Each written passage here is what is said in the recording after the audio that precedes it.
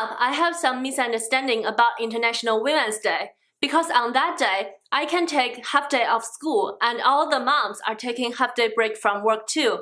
And sometimes they bring home flowers and sometimes they got movie tickets as presents from work. So I have always thought International Women's Day is a day for us to relax and maybe enjoy life. But over the times, I realized that I was wrong. International Women's Day is way more than I experienced. It's a day to remind us on the way of gender equality, where we came from, and why we should still speak out today. Earlier this year, I made myself a life goal, that is to be more aware of the world around me, to be more political and social active, because I think it is important. So today, I came up with a list of books about gender equality as a homework to myself and a recommendation to you. And I also want to say, this video is inspired by a video that Jin from Bookish Thoughts made a year ago about International Women's Day. I'll link her video down below in the description box, and it's an excellent video. You should all check it out. First, I have 3 small books about the topic feminism. If you still haven't read them, please don't miss out. The first book is We Should All Be Feminists by Chimamanda Ngozi Adichie. This is a text of her same-name TED Talk, talking about her experience about some basic feminism concept. For example, her point of view about why women's rights equals to human rights. It's very short but well expressed. If you have friends who are new to feminism or interested in feminism, I highly recommend you to pass this book to them. The second book is a book I'm currently reading. It is Feminism is for Everybody by Bell Hooks. I read this book along with the Feminism Orchestra Book Club and I am in love with it. It contains 19 short essays. Each of them are about 6 to 7 pages long, talking about different topics on feminism. For example, the development and the changes over the years of feminism, education of women, body, race, gender, and a lot more. Although I call myself a feminist for as long as I can remember, I have not studied feminism theories systematically, so I gained so much from this book. As you can see here, I have already made notes and highlighted a lot of contents, and I think it's a great text for study of feminism. Next book I recommend to you is Why I March, Images from the Women's March Around the World. This is a picture collection of the Women's March happened last year. I don't know about you, but last year it was a remarkable historical moment for me. And it reminds me that history will be what we act today. And my favorite picture from this collection is a child holding a sign said, I care about women's rights, and in 2028, I vote. Following, I have 3 audiobooks that I recommend you to listening to the audio version because they are all narrated by the author themselves. The first one I recommend is Hunger by Roxane Gay. This is a memoir of her body, as the subtitle suggested. In this book, Roxane Gay honestly talks about the rape that she experienced when she was a child, and the rape culture following on. And also she talks about how that events influenced her view of the world and her view of the body. And also she talks about her story about being a largely oversized African American woman in the US. It's a book that educated me a lot, and listening to Roxane Gay's voice is very calming and comforting, and also you can get her emotions from time to time. And the second audiobook I want to recommend is very humorous. It's Shrill by Lindy West. Lindy West is a US comedian, so listening to her memoir read by herself is so entertaining. Here she talks about her life experiences of being a loud feminism from childhood to adulthood. And what I liked the most about this book is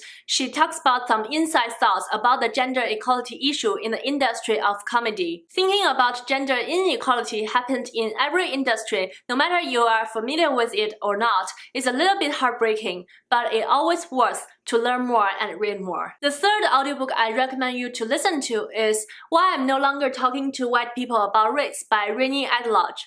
This is the book about the race issue in UK, but you can also get Eddo-Lodge's experience, why she changed from a solo feminist to a racial activist. My major takeout from this book is gender, racial, class, and more issues are all together. You cannot talk about only one and ignore the others. And this is a very eye-opening book. I recommend everybody to read it. And now I have 2 poetry collections to recommend to you. The first one is Why God is a Woman by Nien Andrews. This poetry collection I finished just in February and it was amazing. It's talking about a fairy island where women rule the world and the men are living as minorities. So every gender issues women are experienced in our real life, men on the island are experienced by themselves. The setting of the story was terrifying, but I like it a lot, and it's a great combination of myth and realism events. The second poem I recommend is The Odyssey by Homer, translated by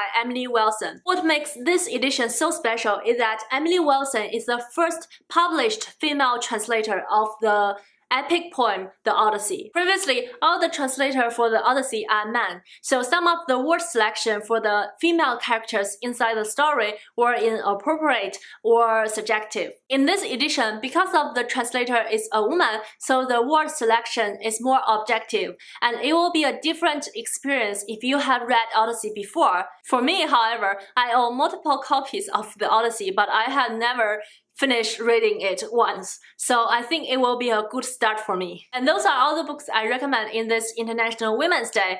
However, I have a very small pile of fiction TBR for myself.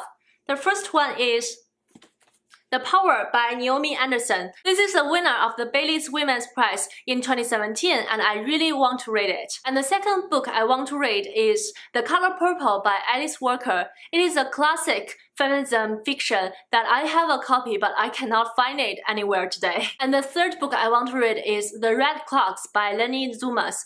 This is a new release of 2018 that I heard so many great things about. And besides reading books, we can also do something to continue the discussion of gender equality beyond International Women's Day. I recommend you to watch the TED Talk Chimamanda Ngozi Adichie gave called We Should All Be Feminists. And also, I recommend you to join the Feminism Orchestra Book Club that Jane from Bookish started, and now it's hosted by Jane herself and Lauren from Recent Daydreams. Actually, although it's an online book club, I suggest you can invite your friends or relatives from real life who is interested in the topic of feminism to join together. I myself am always a member of the book club, and this year, after it relaunched, I invited my partner to join with me so we can read books together, discuss the topics, and be an even happier couple. And also we can tweet or make some Facebook posts about International Women's Day. Simply recommend some books by women or about women or movies by women or about women to our friends and community.